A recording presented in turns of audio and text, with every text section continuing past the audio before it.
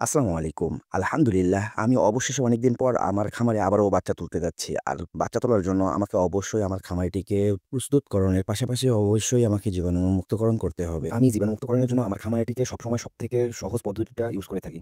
জীবাণুমুক্তকরণের জন্য আরো অনেকগুলো পদ্ধতি রয়েছে। তবে সবথেকে সহজ পদ্ধতি হচ্ছে এটি। যতগুলো পদ্ধতি রয়েছে সবথেকে সাশ্রয়ী পদ্ধতি হচ্ছে এটি। জি, আপনারা ঠিকই গেস করতে পারছেন যে আমি কোন পদ্ধতিটার কথা বলতেছি।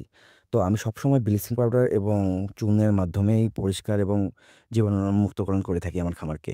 ভাই আমি অনেকের ভিডিওতে দেখছিলাম যে আপনারা অনেক ঘন করে অনেক পুরু করে আরকি চুন এবং ব্লিচিং পাউডারটা মারেন। তবে আমি এখনো পর্যন্ত এভাবেই করে আসতেছি। তবে আশা করি যে আলহামদুলিল্লাহ সবসময় ভালো রেজাল্টই পাইছি। কখনো কোনো প্রবলেম হয়নি।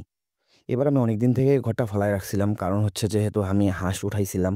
আর হাঁসের ভাইরাস এবং হচ্ছে আপনার গ্যাসটা অনেকদিন পর্যন্ত থাকে। সে কারণে আমি অনেকদিন আগেই পরিষ্কার-পরিচ্ছন্ন করার পরও ফালায় রাখছিলাম অনেকদিন থেকে ঘরটা। আপনারা চাইলে আমার মতো করে চুন গুলাতে পারেন, তাতে সমস্যা হবে না। তবে সবসময় সাবধানতার সহিত চুন গুলাবেন। চুন তো জানেনই যে একটু গরম হয় এবং টকবক তো তাতে করে হতে পারে যে আপনার চোখে ফুটে পড়তে পারে। একটু সাবধানতার সহিত সবসময় এই কাজগুলো করবেন।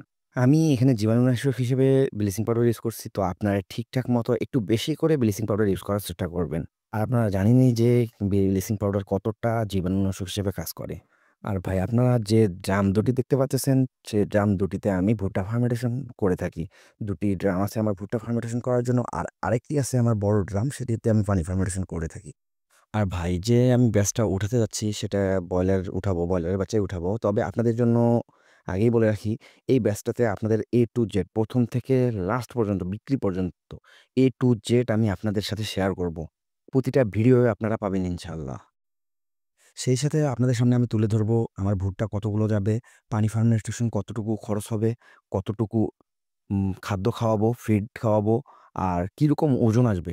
A to Z ইনশাআল্লাহ আপনাদের সাথে আমি শেয়ার করব। আমার গত ব্যাচে আমি হাঁস করছিলাম। ওইটাই আমার জীবনে ১ম ছিল।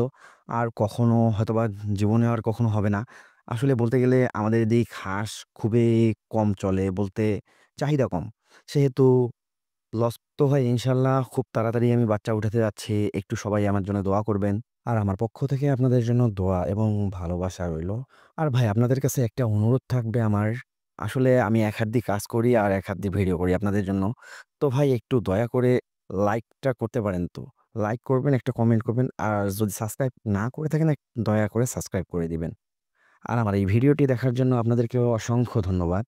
ভালো থাকবেন, সুস্থ থাকবেন। আল্লাহ হাফেজ।